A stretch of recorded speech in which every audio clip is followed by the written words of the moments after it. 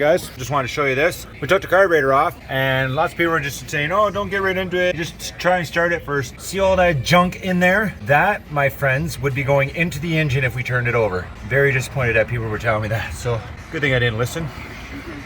Right, Brooke? Yep. I did some research. Super Clean works for carburetor cleaning. You could soak it in there for 3 hours. It says 4 hours for steel carburetors. Aluminum carburetors, any longer than 4 hours, you'll start to get some discoloration in the aluminum, so it won't come out as super clean. Get it? Super Clean? Yeah, because it's called Super Clean. That's right. We do have a complete hardware kit, complete rebuild kit of the carb, and that's what we're going to do with this puppy. And we got a... That's right. About What's to that? Is that dirt and fluff? That is dirt and fluff. Look at that. That's actually from the braided hose.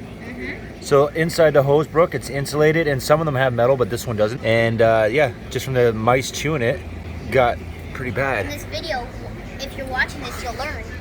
Oh yeah, you'll learn. Yes, we are super cleaning it. I put the main part of the carb in already. That's the super clean we're supposed to use, and you're not supposed to touch it with your hands. So please don't. It's supposed to clean anything.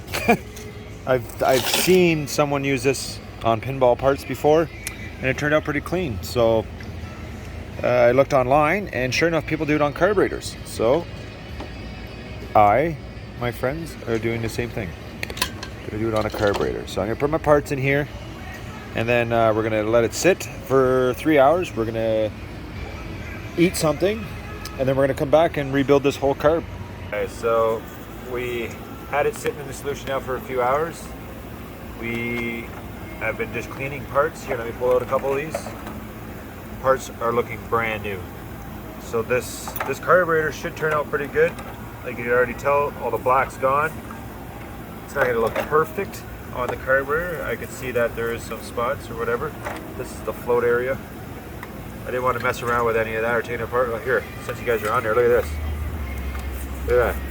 That's all carb junk. Carbon and stuff, whatever it is.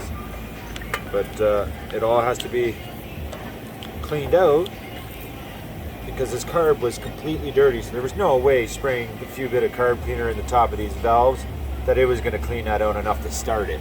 So Brooklyn did not get to jump in on this one, but she is filming. But this one here is for the adult to do because it's very dangerous stuff. Yep. Okay guys, here's an update on the carburetor here. We have it all apart. This is next day because I did have to pack up last night. It was very dark and we did some painting. So we got the instructions, we got the manual, and we have the carburetor rebuild kit. We did soak it yesterday, but I have some more carb cleaner just to get the small fine holes. We did let it soak in the super clean, and it came out pretty good. So we're gonna get started on this and we'll get back to you. All right guys, I'm bringing you in on an update here. I've replaced the seat needles.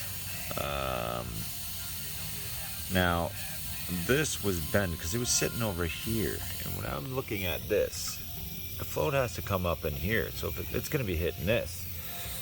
So I did read in the book it does have to be centered.